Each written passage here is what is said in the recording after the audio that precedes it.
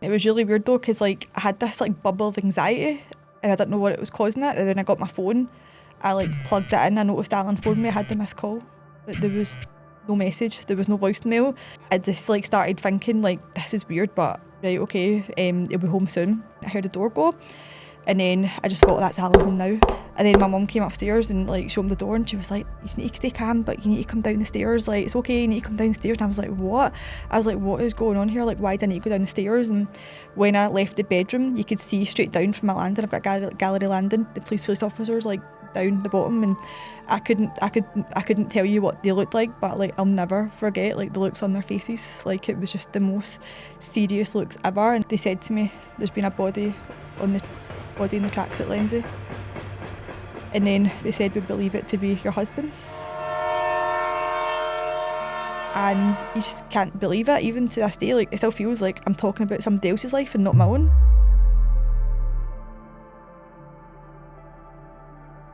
The woman herself, Lisa Marshall, welcome to the show. Thank you so much for having me. It's a great honour having you in the studio, Lisa. You're here today to tell your story, very tragic but also very powerful, how you've come back, losing your husband Allan to suicide, and as I said, very tragic circumstances. But before we go right into this story, if you can speak me through what's going on in the now and the present. Right now. There's a lot going on. So we're in the middle of the summer holidays. Just been off with my kids. So it's been a lot. And I think now coming into August, feeling quite the like burnout a little bit, absolutely exhausted, but there's a lot going on, a lot of positive things. I'm starting my own podcast, and I think this will be my 15th podcast I've recorded, and I've just been so inspired by hosts like yourself, other ones I've been on, just to start my own. And I think it's when I started social media, like what I found the most powerful is when people contact me and tell me their stories and share what happened to them, and you know you're not alone. And like I find that really helpful for me. So giving guests a platform to share their grief that everybody can relate to. So it's going to be a grief podcast, Widow Diaries. So I'm really looking forward to that. And I'm just trying to find an agent for a book. It's quite difficult to pitch, just being off the summer holidays with the kids. There's hardly any time, but hopefully I'll be getting that sorted soon, and that will hopefully be coming out this year at one point. I really hope so. But yeah, it's just hard finding time. But yeah, all positive things. As I said, it's going to be very powerful going through this. You're obviously a very strong woman, and I think it will inspire so many people because mental health is a massive thing now. We're hearing suicide we hear about it every day. Yeah. I think everyone knows somebody or has somebody close to them that's committed suicide. And I'm sure when I read the stats, I think this year or last year it was over 7,000 suicides in the UK alone. Yeah. And it's very tragic. You wonder why people can't reach it. And as we go through this story, sometimes there's no warning signs, which is, you know, how you're supposed to act or help people when you don't know anything about it. Yeah. But before we get into your story, if you can speak us through your podcast, the Widow Diaries, and a wee bit about that. Yeah, so it's really funny because I went to see a psychic at the start of the year, and she said to me, you're going to be starting a podcast. And I was just like, no, I don't think so. And you kind of think, I don't know if you feel this way as well, I think it's that self-doubt and that limiting self-belief at the start. You're like, oh, can I actually do this? You have a wee thing inside you, it's like, oh, I think that's a good idea, but it's just that doubt and confidence. And she said, you're going to start it. And I before I even knew, and then as time went on, pretty much for summer, I was like, no, I want to do this, I really want to start it.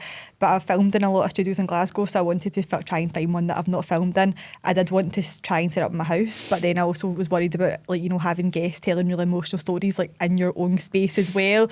And obviously I've got 3 kids that stay in the house as well, so yeah, I'm recording my first episode at the end of the month, which I can't believe, but really looking forward to it. And I'm sure I'll be asking you for plenty of tips, definitely. Definitely, and as I said, any help I can give, and I'm sure we can help each other. And also, if you're looking for a crazy guest, then I'm always there to tell all these funny stories and how I managed to change my own life. Absolutely. But this is about you, so I'll now take you back, but I won't take you right back in your own story from childhood. I feel like it's more important to go right into the story. Yep. Where you met your husband Allan. I think you were around about age 19. Yes, yeah. So if you can talk us through that. Yeah, so I was 19. I was in university at the time studying dentistry. and it was some sort of dental night out. I think it might have been someone's birthday, and I remember it was Cushion nightclub in Bath Street, and I'm sure that's the story of like a lot of people that are together now. You just went to a nightclub and met your future husband, and then that was it. It's very different now. And now Cushion, I think it's called Manuka, and I was back there last year for one of those like kind of like R&B nights, and it was funny because like there was like doors hanging off the toilet, and I'm like, it just reminds me of like the way Cushion was back then, honestly. But yeah, it was just a nightclub then, and we didn't like start dating right away. It was maybe like 6 months later. And from then, like as soon as we went on the first date, like that was it. Allan was a wee bit older. He was 26 at the time, which is funny when I look back now. I'm like, oh my God, that was so much older than when I was 19. But at the time, you know, you think, oh, it's fine. It's not that older. You think that you're all grown up and like mature. And yeah, that was it. It just went the first date and then that was it. And just kind of like, as you go through the motions, we got engaged. I moved in with him and then married. And then I was like pregnant when I got married too. So it was just like everything I ever wanted, just to settle down and have a family. Yeah. And that's what I mean. So when did you get married? 2016, is that right? Yes, 2016. So it was actually our 10-year anniversary this year. And that's quite tough because I remember when I was the run up to the wedding, you're seeing a lot of other people get married, like on your social media, like and his friends and people you know. And then I see them now, they're like celebrating their 10-year, doing all these things. And you kind of look and you're like, oh, that would have been us. It's a really strange feeling. And I think, you know, I know somebody who's just past the 10-year anniversary losing her sister, and I think it must be quite heavy because a whole decade's passed, and I think at that point it will still feel like no time at all. It's been like 3.5 years for me since losing Allan, and it still feels very, very raw. I think with grief, people just think, oh, after the funeral, back to normal, life goes on, and you just get on with it. But I think when it's a dramatic death like a suicide, it's so complex. The things you go through and the trauma. I was diagnosed with PTSD afterwards. I've been unable to work, but I am going back to work this month, and I think that'll be a really positive thing for me to be almost back in the real world and around people and using my brain. I've just been at home the past kind of 3.5 years, and obviously I've loved that time with my kids, but they're all in nursery and school like during the week, so you do get lonely because all my friends, they're working. So looking forward to that. And me and Allan are both dentists, and I do think dentistry has got big factor in high suicide rates. So I think that I definitely want to do more work within the world of dentistry, so it makes sense that I'd be actually working in there and understand the pressures that they face. Do you know what, I heard that? Yeah. That there's so much, it's a high suicide rate for dentists. Yeah. And I was speaking to someone about it, and they says to me, well, who's happy to see the dentist? So true. And I was like, you would just never picture that. Yeah. People just imagine dentists. I think nobody likes paying to go to the dentist. People just have this like image that they're perfect almost, and it's a well-paid job. Like, what have they got to be stressed about? It's a really, really stressful job. It is, and every job is stressful. But I think it's a combination of like the job and like, you know, having to see like 20 patients a day under time pressure, running late, trying to please every single patient in the chair. But then the people that get into it, you have to have 5 A's, you have to have like a really, really like highly intelligent. A lot of them are probably undiagnosed autism and ADHD, I'm sure as well. Absolutely. Definitely. But before we go into the tragic part of your story, we don't want to get you upset too early in the episode. If you can tell me a wee bit about Allan. I know he was a Mad Rangers fan. Yes. And he was always, I'm sure I've watched some of your stuff, he was like the life and soul of the party, a bit of a joker. Yep. So this is what I mean, you just don't know what's in people's minds. Absolutely. That inner turmoil. Yeah. And I can talk to you a wee bit about that, about my own stuff later on. But tell me about Allan. What sort of character was he? Yeah, Allan, there was just nobody else like him. He would light up a room, and I've said that, and some other people say that when they've lost somebody to suicide as well. Always joking. And when he became a parent, he was definitely the fun parent. He was so good at doing impressions. He could do pretty much any impression, like any accent like that as well. He would do like prank calls, and he would like film my mum at one time, pretend to be from the council and saying that somebody's reported her dog filing, and she was going absolutely mental down the phone. Like, who still does that? We used to do it when we were like kids, but he would do it. Like, he was just so funny. He was always on the phone to his pals, and he would actually, it wasn't like texting them, but it was texting them as well. He'd actually pick up the phone and speak to them, and like, I don't really do that. Like, I'll voice note people to like all day long, but if somebody phones my phone, I'm like, oh my God, I get a fright. And I think for me, my friends as well, like, obviously, like when I told one of them that Allan had died, she then phoned the rest of them, and we just associate getting a phone call with really, really bad news. So somebody phones me, it's not my mum, I start panicking because she's the only person that phones me. But then one of my friends, she had a little boy a couple of years ago, she actually phoned me to tell her that she was pregnant, and she was like, I want to be positive and like have like nice news on the phone rather than like negative. But he had so much time for his friends as well, always checking in. I would always have to like get his attention to help with the kids if he was just on the phone to his pals. Loved Rangers, that was his passion, and that came from being a little boy. He would go with his grandpa and his family, and obviously my eldest son has got Souness in his middle name, and then my other son Matthew's got Graham in the middle, and Graham is his brother but also spelt the same way Graham Souness spelled his name as well. And then so Ranger, massive thing. He was a football coach for my eldest son's team as well, so he was getting into that side of things. So like he was very, very busy because he worked 5 days as well in a dental practice, obviously going to see Rangers twice a week, especially when all the games are kicking off. He would go and travel around Europe seeing them. So he really busy, really, really busy. He was always on the go. It was a lot. And when I look back, I'm like, that wasn't really a good like work-life balance. He never really had a day just to chill, maybe in like a Sunday. But sometimes he would then go and work extra shifts at the hospital as well. So I always tell dentists as well, I'm like, I don't think it's a good idea working 5 days if you can try and work 4 days and not work the long hours. He done a late night as well. So he worked a lot, but then he also, you know, that followed his passions as well at the same time. Rangers, definitely. So good to hear. Yeah. And you're not, we're not getting any trouble with you speaking anyway. That's fine, you make my job very easy. But before I take you right into what happened that day when you did lose Allan. Yeah. Tell me a wee bit more, like what was it like as a dad? What was it like with the kids? Well, you've got 3 beautiful kids. Yeah. What was that like? Yeah. What he was like as a person.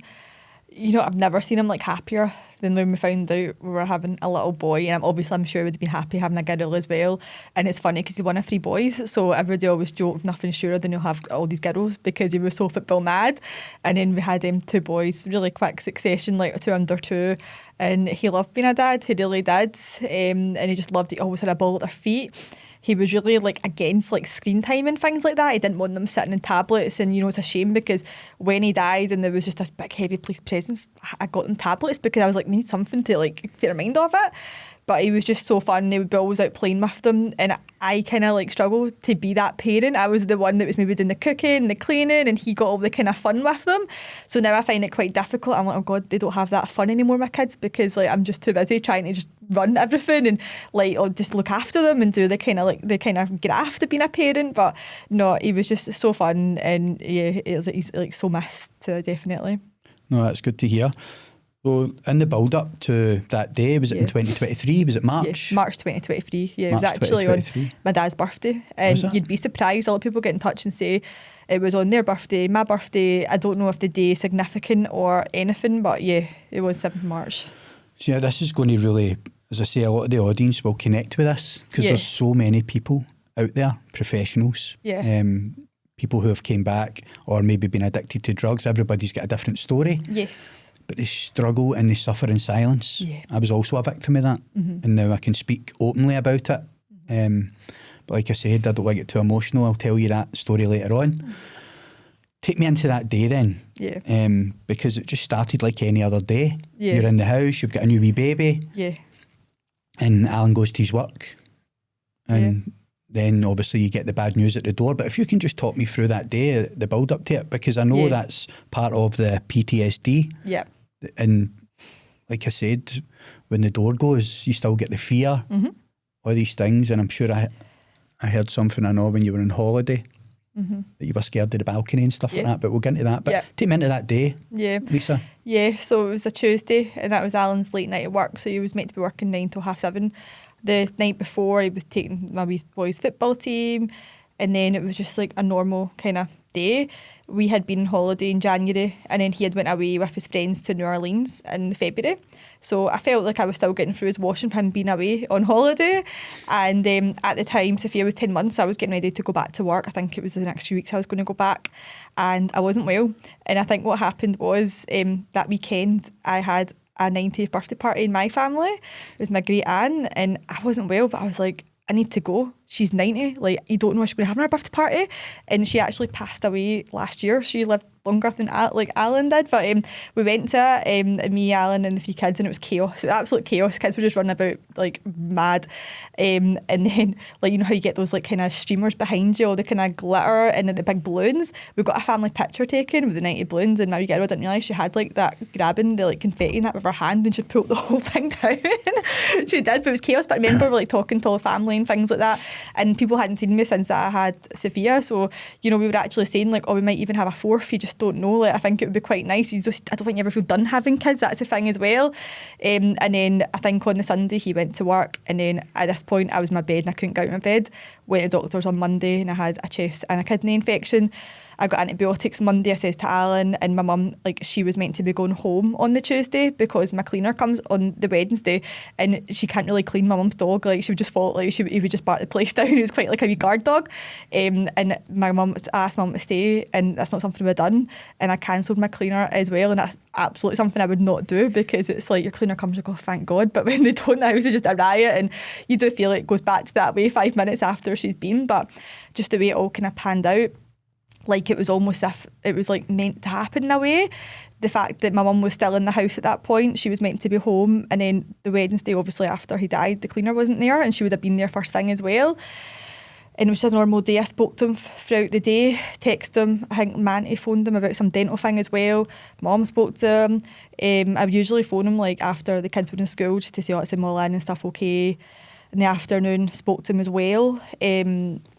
Our son was meant to be getting an operation like the next day as well, like things like that. It was a busy time that week, and it's funny because it feels like really, really blurry, like going back to it.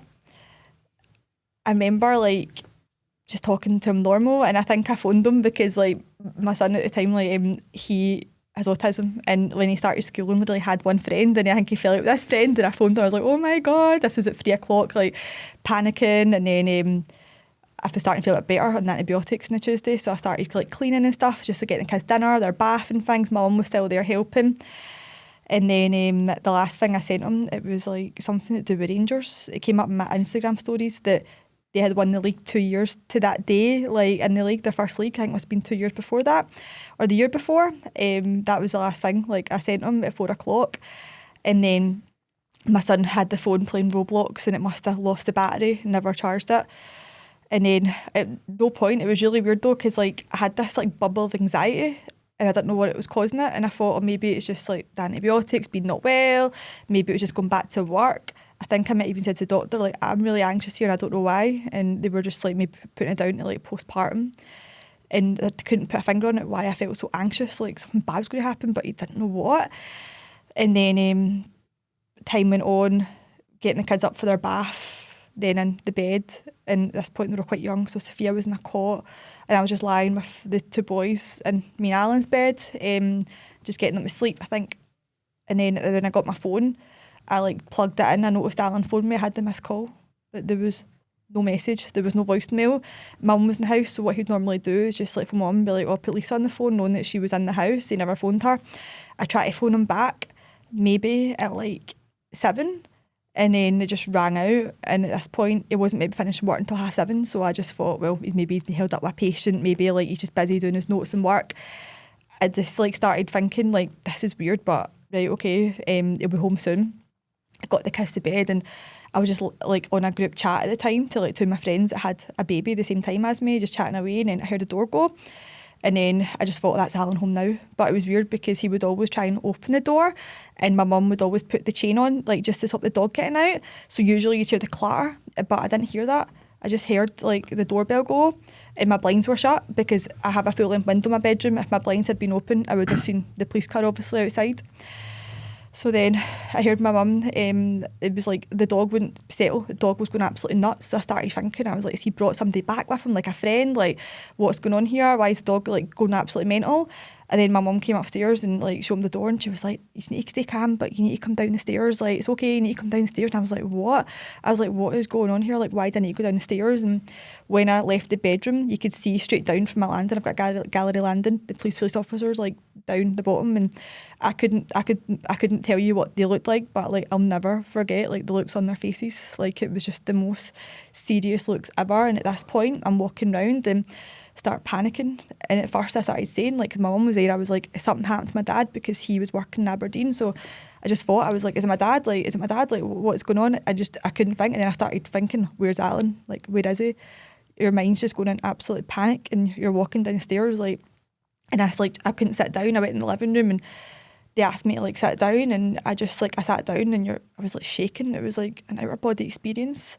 The adrenaline's going through you. You don't know what they're going to say, and like the way they said it, because they have to like speak factual, and obviously like he wasn't identified officially at that point as well, but they said to me, there's been a body in the tracks at Lindsay. And I was almost like, why tell me this? Like, what's this got to do with me? Like, what? Like that? And then they said, we believe it to be your husband's. And first thing, I was like, this makes no sense. He drove to work that day. He did have issues with his car, so sometimes he would jump on the train to get the train into work. But I was like, he didn't get a train today. What was he doing at the train station? It was just like you're kind of questioning them, thinking this can't be true. They've made a mistake here. Like, this cannot be happening. And it was just chaos, because it was like, I just remember like the like wind taken out of me.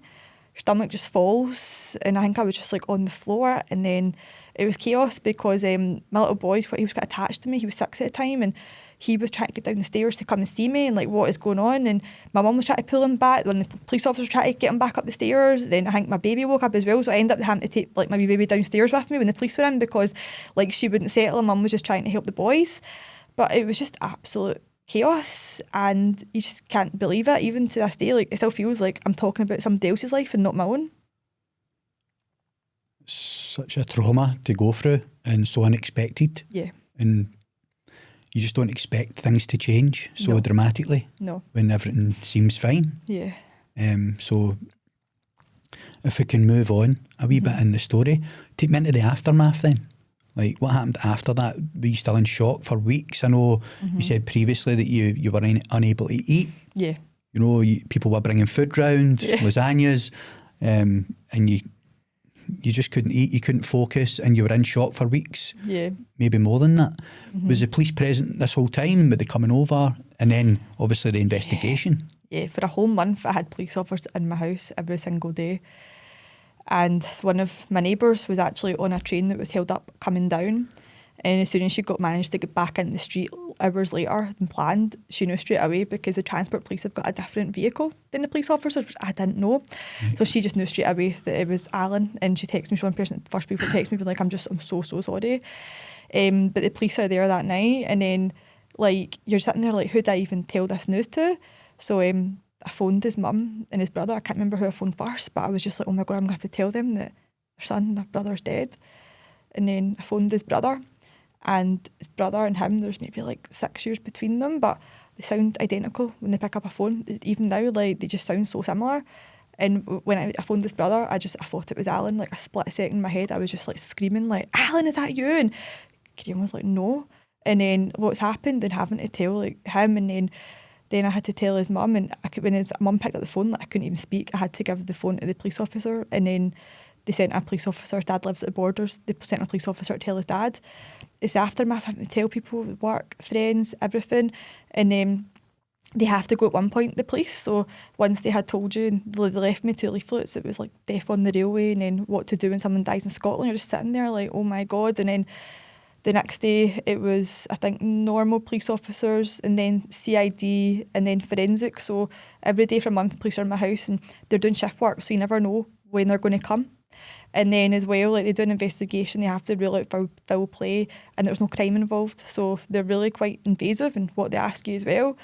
They said to me the 2 main reasons that people take their own lives in their kind of experience is massive gambling debts, or dads that don't have access to their kids through a separation or divorce as well. So they're really asking about like your marriage, like, were you happy? Was there like affairs going on, like separations? Like, they are, and you're just sitting there, and somebody has to write it all down. So it takes like hours and hours of questioning as well, but they obviously have a job to do. And I don't think people realise like how heavy the police presence is involved as well. So, and afterwards as well, you're right, I don't think I ate properly for about a month, and it's a shame because every day there was a different lasagna getting dropped off, and I don't think I've still ate lasagna. Lasagna's my favourite as well, Lisa. Could I give it you? But you're right. It's like you don't eat, and like even drinking like water, like basic things. And I couldn't sleep for days as well because you're just in that true fight or flight mode. And I think like for about a year or two after, I couldn't even gain weight when I was eating because your nervous system was just shot to pieces. Just in that high alert. What about after that then? Like the lead up, and how long did it take for you to tell the kids, if you don't mind me asking? So I didn't tell them that night, and that's the thing as well. And I really regret not telling them that night because I just think, oh God, for that day they thought their dad was still alive. I told them like he obviously, my eldest son, he knew that he heard them talking about trains and things like that. So he was like, why are the police talking about trains? And I just said, oh, Daddy took unwell in a train, he's in hospital right now. I couldn't tell them, like, how do you tell kids that their dad had died? And I also was like, the police are coming back here tomorrow as well, and I need them to be at school so I can be able to talk to officers and find out like what's going on here. So obviously Sophia was too young, she was 10 months, but the boys, I just said their dad wasn't well in hospital, and then I asked the Reverend for advice who christened the kids, and she just christened Sophia maybe like 2 months before he died as well. So to go from that to then this, and she just gave me really good advice, because how do you tell a child that their dad's never coming home? When they got back from school, I sat them down, and I think the grands were there as well, and I do kind of wish it was just actually just me and the kids telling them rather than like everybody about as well. It almost felt like not a show, but just kind of like everybody kind of just waiting for a reaction or something. So telling them, saying that like Daddy, doctors couldn't fix Daddy, because it's the first person in the family that they had known to have died as well, so they've not had that experience yet of death. I even had bloody goldfish that I somehow kept alive for about 3 years. Like seriously, they didn't even had that like experience of like death, a pet or anything like that. So like to tell them that, but it wasn't like what I expected. You know, I thought the kids would be crying straight away, but like my son who's got autism, he's asking questions, very literal questions, like, do we get a new daddy? Can you get married again? Like, how does this all work kind of thing? That's the way he was thinking. I was just like, don't even worry about that yet. But then my youngest son, like, I don't think he really processed it at all. And he just like went back to playing. And it wasn't until like that night, like he would be like, where's Daddy coming home? Is he working? And I was like, no, he's not coming home, he's dead. And I'd have to tell him like so bluntly, just to make it clear he wasn't coming home. And he would scream, and it's like a scream that I've never heard before. It was just like, is it primeval, the kind of like word that is? It's just like, it's like just really raw and just screaming and crying for like hours before he went to bed. And when he woke up in the morning, because he was only 4, Matthew, he would then just ask the same question again, like, is Daddy coming home? Like, where is he? And it's went on for months, and you're almost just hoping that like they forget about it, so they stop asking you questions, but then you don't want them to forget about their dad. So it's really difficult. And I remember even like, so he died in the March, and in June we went and picked up these little memory bears with like clothes, and he asked me then like, oh, is Daddy, like, when's he coming back? And that was 3 months after, still asking when he's home, and eventually stopped asking. And I don't think I really spoke about him or what happened because it was too hard. But like, kids aren't stupid even at that age. And I think it was maybe my eldest son just asked me one day, like when like he was just asked me out of the blue, like, was Daddy hit by a train? And I think he was just trying to make sense of how can you die at a train station, like how could that actually happen? And I was taught like really early on like not to lie to them ever. So I kind of said, yeah, that's how he died. And I think at this point, like, he thought it was an accident. And one of his friends in schools, because this is the hard thing as well, like they'll go into schools and they'll tell the friends, oh, my dad's dead, and other kids are like, what? Like what? And they're like, what happened? Like they want to know, and then they go home and tell their parents as well. So it's like absolutely horrific, because the other parents might be like, oh my God, I don't know what my kid's hearing this, don't want to protect them from all this kind of stuff. And then it was just, yeah, it was absolutely awful. And then, but at this point, one of Henry's friends kind of said to him when we went down to the train station, because during COVID, we used to take the boys down and watch trains passing at that station. And then the boys asked to do it maybe like a few months after Dad died. And I was like, oh my God. But I had another parent with me, and we done it and had ice cream. And then I think the other boy, who has autism as well, like they come out with the funniest, most bluntest things. He just turned around and was like, oh, remember your dad died here? And I was like, oh my God. And then he was like, he's probably not on his phone, not paying attention, fell on the track. And then he was like, yeah, that's what happened. I was just like that. And then I got this big text that night from the wife being like, I'm so sorry, I'm so sorry. But that's just kids, that is. And he kind of thought it was that, but I never told him it was a suicide until they were 6 and 8. And I told him, like, people in the family, they weren't really happy with my decision to tell them, but you have to tell them at some point. And when I've spoken to people where it's been hidden from their childhood, when they've learned it was a suicide, they have to go through that grief all over again, and they almost feel like they can't trust anybody because they feel they were lied to as well. So I think the actual guidelines from like Winston's Wish, a charity, is to tell your kids right away in an age appropriate way. And if I could go back, I would have told them earlier that it was a suicide, but it is. And even now, it's like, I think my eldest grasps it, he's 9, but my 7-year-old, I'm like, I'm not sure if he understands that completely. He will say like he jumped in front of a train, but they understand it was a suicide. Like, and you also don't want to think that's like a normal thing to do as well. It's so difficult. And then obviously Sophia, she's just turned 4, and like she has just started asking about her dad all the time. Like, I miss daddy, I miss daddy. And I never thought she would say things like that because she won't remember him, she won't know him. So kids, and us as well, they'll grieve at every single stage in life, but it's not something you just get over and move on. And it's like kids as well, like they'll go through like grieving at every single point in their childhood. Definitely must be hard. Such a childhood trauma to Absolutely.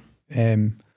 I think a lot of people have childhood trauma and they don't even know it. Yes. But for something like that, it's hard to imagine for children to go through, as you said, letting out a scream like that. And it's not like a normal scream. Mm-hmm. It's I've heard these screams before, but from adults, not from children. Mm-hmm. How are the kids now then? I know they're getting back into the football.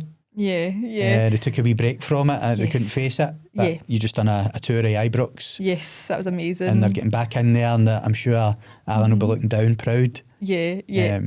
Talk me through that. What they're like now? Yeah, honestly, I think if you just seen us out and about, you would never think that with like what we've been through, the kids are doing well. And it's a shame because I think people label kids before kids are so resilient, but again, they have no choice but to be. And they're just happy, normal kids. And don't get me wrong, like I question a lot of the time, especially my 9-year-old. It's a tough age they're going through. It's that kind of, they're becoming a kid. They're a kid, but they're going towards being a like puberty teenager, and you kind of question, you're like, God, is this normal? Is this grief? Is this like autism? Is this just normal behaviour? And I'm an only child as well, so I'm not used to dynamics of siblings at all, so this is all new to me. I'm like number 3 to 1.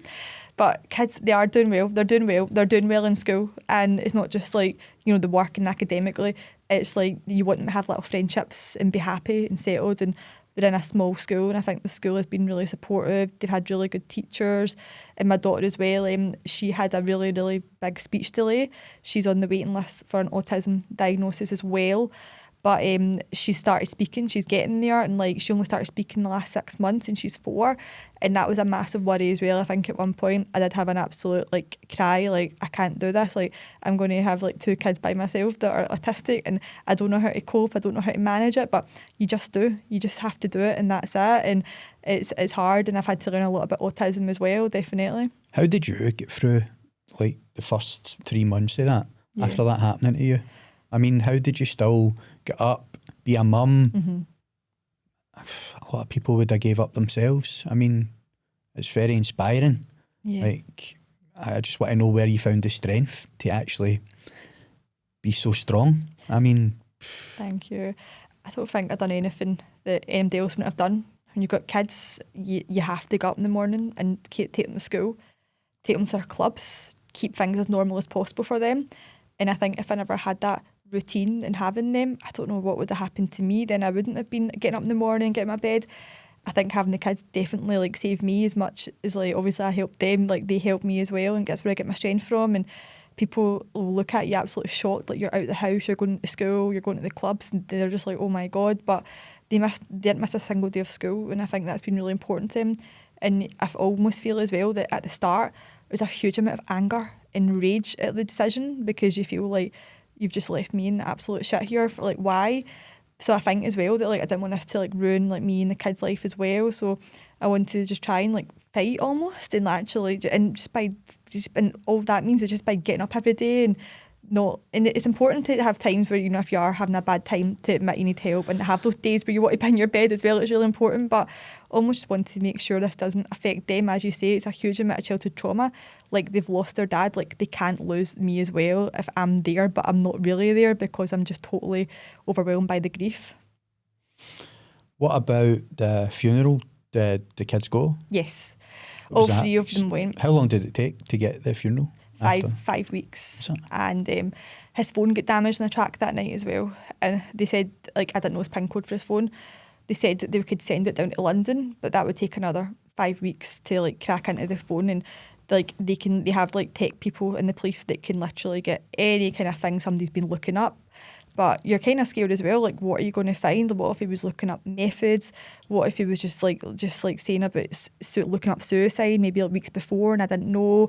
So you don't know what you're going to find. And I think in the end, I just said like the funeral took place 5 weeks after he died. It was a long, long wait. I think a lot of families at this point, they just want it almost out the way. So I just said, no, just destroy the phone as well. Like, that's fine. I actually asked them to cremate the phone because he had glued to his hand all the time, but they couldn't do it because their battery, obviously. They did. So the funeral took place 5 weeks after. And yeah, I took the kids. And that was a big, big decision where to take kids to a funeral. But I'm like, you know, you can take your kids, but when they look back when they're older, what if they turn around and say, why was I not there? Why? And I don't think some family members were happy with my decision. But again, like as the parent, you have to just go with your gut. And I'm so glad that they were there. And I think like one of my friends said that when you seen Sophia, like I had a black dress for her originally, but then I was like, this is so sad putting like a baby in a black dress. So I changed the pink dress. And she said when you're at the crematorium, you kind of seen her like jumping about, like looking about. It was quite nice when it's like obviously sad as well, but she brought a lot of light into it as well and totally oblivious to like what was going on around her, definitely. And the boys were really well behaved because I gave them their iPads and stuff. And you know, they did kind of look up and ask like, oh, did they flower say daddy? And I was like, yeah. And I don't think they understood what was going on. And even my son said to me the other day, like, I don't think I knew what was really happening at that funeral. But it's a lot to take in at 6 and 4, and the way kids process grief, it's months after. But again, the funeral, there must have been like 900, 1,000 people there. It felt like I was walking up like a movie or something like that, just a seas of people in black. And so many people that like Allan knew, that I knew, were there supporting me as well. It just felt so surreal, definitely. Was that like an outer body experience as well? Yeah. Like these moments? Yeah. It's mad to think. Yeah, I'm really like claustrophobic as well. And the thought of being in a big crowded room with that, obviously that pressure, your husband's casket sitting in front of you, like I was like panicking in case I was like, what if I like freak out and like I feel like I can't breathe, I need to leave. And when you walk in as well, you feel like everybody kind of looking at you as well. As you do. Like, and one of my friends was there and somebody said beside her, oh, there she is, like as if it's like a bloody wedding or something like that. But it's like, obviously you can't help that. But again, it was really just a case of getting through it. And I have never felt so drained because you go to the funeral, then you go into the crematorium, and then it's the wake. In the wake, people are just like standing about drinking and talking. Then they're asking you how you are, and you're like, it's a wedding almost. You're like going round, like it's like making sure you speak to everybody, thanking them for coming. But it was draining, and obviously my kids were just running about mental as well. Yeah, it's very difficult because I don't know if anybody likes going to wakes, but no. I feel like that as well. Like Yeah. I don't really fit into that environment anymore. Yeah, everybody's having a laugh, especially if it was someone so close to you. yeah. You just feel like you just don't want to be there. Yeah. But moving on in the story, right, Lisa? I know that you're doing some inspiring stuff now. You've got plans for a documentary, writing a book. Obviously, we spoke about it earlier. You've got your own podcast. Yeah. If you can take us a bit into the documentary idea, if you don't mind. Yeah, so there's 2 things I'm filming soon. First thing's actually next week. And it was a girl who got in touch with me, and she grew up in a widowed family herself, just her and her mum. And she's from Liverpool, and I'm so excited to finally meet her. But she does a lot of work with ADHD, and I said to her, I was like, I am positive Allan was autistic, and it's very difficult to prove because he never had a diagnosis. He's got a brother who's non-verbal autistic. I think there's a big genetic element, and obviously our kid's going through it as well. So I was like, I'm sure Allan was autistic. And she was like, I would love to do a documentary and like just going into that detail about like how like dentistry, autism, and then they're going to be involved in a place called Here as well, which is a suicide bereavement charity. And then Rory O'Connor, who does a lot of work, he's wrote a book on suicide as well. So she's going to be interviewing all of us for that. So I'm looking forward to that. And I think that it maybe opens your eyes up a bit more to people who may be autistic, not diagnosed. They might be a bit more vulnerable to suicide because they don't understand themselves almost and the way they think. Like they might think like, why am I different? And it's like, it's not, it's just like on the spectrum. And then, I'm filming a documentary and it's going to follow a couple of other widows. And I think it's going to just be like following our kind of day-to-day lives and the aftermath, which is really exciting. It's going on a streaming platform called Scotflix, but they are going to try and get commissioned to have like other places as well. But I just think I think it's something you hear about, but to actually watch like the aftermath and trying to widows just going through day-to-day life, being a solo parent, I didn't understand how difficult single and solo parents had it until I became one myself. And again, it's just something you don't know until you go through it. That's it. So they're really looking forward to raising awareness and having opportunities like that, definitely. Good on you, Lisa. What about your book? Yeah. Is it called The Widow Diaries? Yeah, it is. I thought it was good to have the same name as just that there. So if MD reads it as a widow, they can then find me on social media and then like speak to me as well. But thinking of a title, it was really, really difficult. I started writing the book probably 18 months into being a widow, and I finished it last year. And then the past year, it's just been working with an editor, because it's not just simple as like, oh, here's a book. Like it's a fiction book, so it has to follow certain arcs. The story has to make sense, characters and things as well. So at the time when I started writing, it was too difficult to write it as like a memoir about myself. It was too raw. It was only 18 months out. But I think writing is really, really therapeutic. And then I've got like an imagination as well. So it just became a fiction story, and it's about actually follows a young widow trying to date again and how it's just an absolute disaster. Because that's the thing as well. It's like you don't expect to have to do these things as well. Like being widowed, like I thought I'd been married the rest of my life, and now it's like, oh my God, like you have to go through dating again if you want to be with somebody else, definitely. It's funny because I was just about to ask you that. Yeah. And then you brought it up. So a lot of people can be judgmental as well. Yes. But yeah. being a solo parent like that, obviously with the tragic circumstances, very difficult to get yourself back out there. Not a lot of people understanding, but loneliness as well. Have you been out in many dates? Do you know what's funny? I think I've went on more dates at the start of being a widow than I have now. Right. It'll be coming up that I've not been a date in a whole year. At the start, I think people that go through divorces can feel this way as well. Like when Allan took us on life, I felt really rejected. I felt like I wasn't good enough. And obviously, I also felt really scared to be alone as well. Like I'd been with Allan since 19. I was like, oh, I need to try and meet somebody else. And I think as well, and I maybe believed that, if I met somebody else, then that'll be me fixed. I'll be happy again. I won't have to deal with this grief. And it's not the case at all. Like the grief's going to be with you no matter what. And then I did try and date, probably the first 2 years I'd go, like obviously just online dating and things like that, but it's an absolute cesspit. Like it is, honestly, like you know that as well. It's crazy. Having to tell a stranger online like, oh, my husband died, and like it's just that some people would unmatch you straight away. Then it's like everybody's like seeing multiple people, the games they play, getting laid on, like, and I just decided, I was like, this isn't really for me. Like I don't really like this way of the new way of meeting somebody, but it's online. I feel it's a bit like online shopping. In fact, I'd rather go online shopping just like that. It's time consuming, and I just found myself like I'd rather give my time like chatting to my friends, going out with them, and if somebody comes along, great, but if they don't, then that's fine too. I feel sometimes like there was that analogy, like if you're really hungry and then you go into the fridge, you'll just take anything kind of thing. It's like that with dating as well. Whereas if you're not looking for it, then you'll actually think, instead of being like, oh, does this person like me? You'll be like, no, is this person suitable for me? Rather than like worrying about whether they like you or not, definitely. I think online dating, it's not for me, obviously. Nah.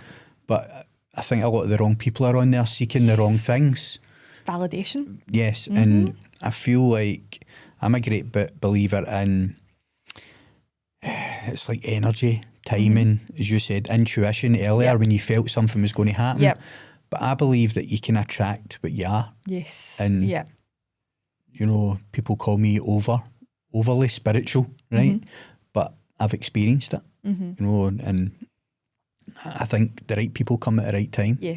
And there's no point in chasing it because you attract it to you. Yeah. And I think that's what will happen in your case. Not that I'm giving you dating advice or anything like that, Lisa. I'll take How can I give anyone dating advice? But honestly, I'm a great believer in that. Yeah. I mean, you came in here with a very powerful energy. You lit the studio right up. You got me all flustered. I don't normally get flustered in here. I swapped my tie. I was going to put a bow tie on. Didn't know what I was doing. But definitely, I think you've got a great power. You're very inspiring. Yeah. I'm sure you'll attract the right person for you and your family when the time is right. That's what I think as well. And like the things I worry about as well, Sophia was 10 months when Allan died, and she, obviously with her speech delay, she can't talk and tell me if anybody is doing anything bad to her, and I worry about that in a day-to-day setting, like going to her nursery, things like that, like is she okay, is she being looked after? And obviously I'm lucky, nursery that she goes to, the boys went through it, so I know the staff really well and I trust them, but she's only really used to me taking care of her. So like I worry about things like, what if I meet somebody and they're a paedophile, and I know that that is so unlikely, but if it's like a 0.001% chance, why would I take it and bring somebody into like their lives? And I also worry about like bringing somebody into kids' lives and then that relationship not working out. So I think I'm better off just like focusing on myself and just getting my career back on track, because that'll take a big thing as well. And then maybe when time's right, as you say, it'll happen, and like you'll just know from the energy and things like that, like this is right for me and that's it, definitely. But hopefully one day, definitely. It'll just appear like magic. This is what happens. This is what happens when you work on yourself. Yeah. You know, you're obviously coming along here, you're looking great, you're speaking very well, you've got a great power now. I read something the other day and it says, you know, some of your hardest, most tragic things that happen in our life are also some of the most powerful, because it takes you on a really different path, and it can build you up to someone that you would have never ever been. I mean, I've came back for a lot of stuff myself. I've also got a wee boy that's autistic, non-verbal, and I worry, like, he can't tell me if somebody had done something to him, so I'm overprotective. Schools, nurseries, I'm always in asking questions. I'm an investigator. Absolutely. I can't help it. And it's funny because when I go to school, the head teacher's always waving at me. He's saying, Jim, I watched your show, I watched this and I watched that. And I'm saying, oh, he knows that I'm here to investigate, make sure there's no... Because you hear about these things all the time. You do. And I know people who are abused grown ups, always in their house. Exactly. And or these people who hide behind titles. You know, we've heard the stories on the news about the teacher down in Blackpool. There's things with police officers. Know that I'm against the system, maybe slightly, because I was a bit of a rebel growing up myself. But I also, I mean, I could tell you many stories if you want to ask me about my own struggles, because I feel like this episode is very different from a lot of the crime shows that I do, but it'll inspire so many people because the suicide rate's so high, as we said earlier. But if there's anything you want to ask me, Lisa, you can crack on, because I know you're a podcast host now yourself. So let's get a wee trial going. Anything you like to ask me, anything at all, I speak openly about everything. No, I'd love to hear more about your struggles, I really would, definitely. Because as you say on your show, you're usually talking about the guest and people would be like, no, I want to know about yourself. So yeah, I'd love to know about struggles that you've went through, and whether that was maybe related to childhood, kind of ongoing, if that had an effect on anything kind of growing up, and how you've kind of overcame them, the kind of steps you took. I think that's really inspirational. I've told loads of stories before. There's loads of funny stories in there. I was always rebellious as a kid, back when I can remember.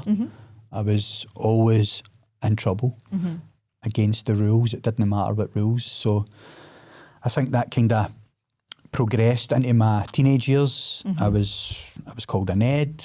I didn't even know what a Ned meant. Non-educated delinquent. Were you part of a young team? I had the young team. They were about what I was as well. So we're all a bit nuts, but involved in addiction very early, childhood. I mean, from age 10. I've told these stories before. But moving right into, you know, adulthood, that served me well. Experiencing that, or else I'd still be out there drinking and not being like aware, having great awareness about life.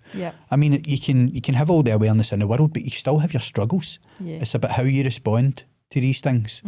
And for anybody watching, you know, everyone struggles, right? I still have struggles to this day, but what I have is purpose. I have purpose. I wake up like today, waking up, trying 5 different outfits on, and I'm saying, oh no, and I'm getting paranoid because I take it means so much to me now. It's a proper show, but just having purpose, you know, it doesn't need to be online.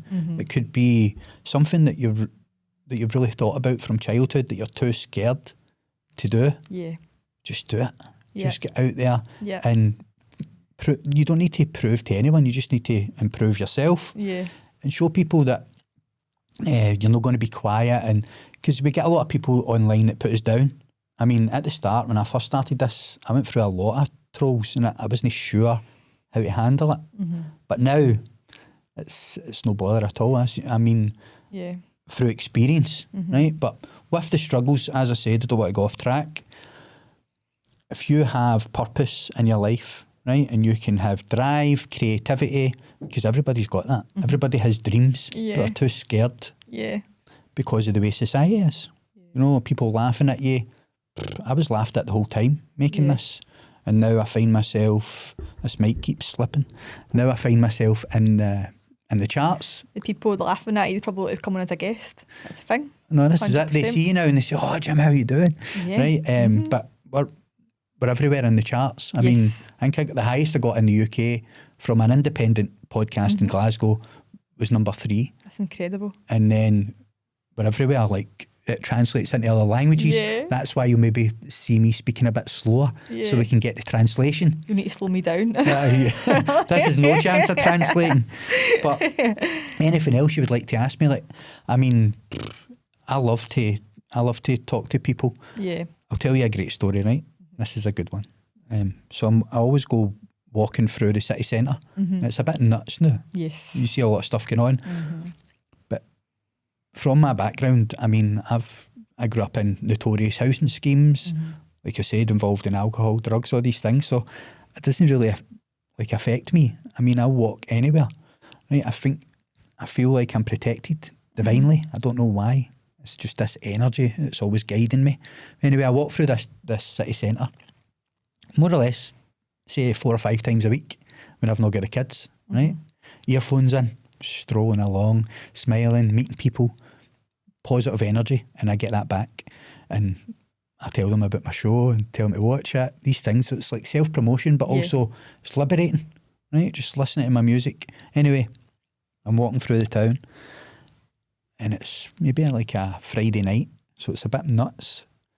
And I sees this guy coming straight towards me and he looks steaming, scary looking, right? I won't say his name. So I've took my earphones off because I thought he was coming right at me. And he says, oh, Jim, how we doing? Nice to see you.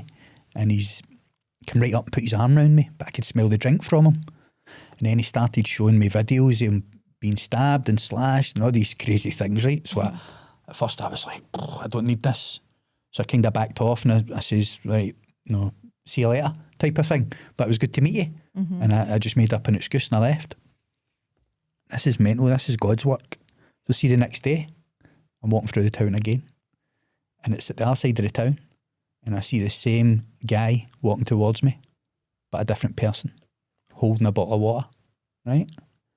He's walking towards me. Same thing, same scenario. I take the earphones off. And he says to me, Jim, I met you last night, didn't I? I says, you did? He says, I'm really sorry. I was drunk and I was on drugs. And but I'm really driven to change my life now. So I started speaking with him. And I was telling him a wee bit of my own story. And all the words that I said to him was, if nothing changes, nothing changes. Yeah.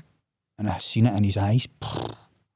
He was like, something changed in him that moment. And I've got the voice note, but I won't play it because it's confidential. Yeah. But I maybe let you listen to it. Had a great conversation with him. And he was telling me his missus had threw him out because of all his chaotic behaviour, similar to mine back in the day. And so after that, I just left. But I was feeling great that day. And it was about 3 days later, he messaged me saying, my whole life is transformed just by that one meeting. Those words of wisdom. Yeah. And I thought, it's like, because somebody passed that to me and then I passed it to him. And it was like giving him the medicine, as I call it. Yeah. So it's very inspiring. But enough of all my stories. I relate so much to what you said. And I think when someone messages me and they're like, how do I get on with my life? How do I get out of bed? How do I continue? I say to them, you've got to find a purpose. And it's difficult when you've not got children because you have to get up for children. But I always say maybe get like a dog or something to like get you out of bed, take the dog a walk. But you need to find purpose, that creativity, work, are you happy in your work? Can you maybe do another career, hobbies, friends? Like, you have to fill your time in life with all that, definitely. But I relate to so much what you're saying, and everybody's got that creativity. And you're right, I think I used to really care about what people thought of me. I think as an only child, I was quite shy. I used to really care, and I could never have imagined like sharing myself like online the way I do. I just could never have pictured me doing that. But I also think it's quite liberating and freeing. And when Allan took his own life, and your life is like out there in public to be spoken about, you kind of just don't care anymore what people think. You just don't care, and that's what's like free. And you're just like, I don't care what you think of me, as long as like your family and friends know you, and then that's it, definitely. And I always think as well, like whenever you do get any negativity, if I was ever like negative or said anything bad about somebody, it came from a place of hurt and jealousy. So I always think that as well, that like these are just hurt people and maybe slightly jealous. But the videos that have went viral for me, most of the comments are probably negative on them, but that's what makes them go viral. That is definitely. That is. And a wise man says to me, you know, everybody has fears, but on the other side of that fear is power. Absolutely. You just overcome the fear, you take the power back. Yeah. And there's so much, and I don't have a lot of people that I connect with now, because obviously I'm full-time doing this show. Yes. But I do have people in my life who, I call him the wise old man.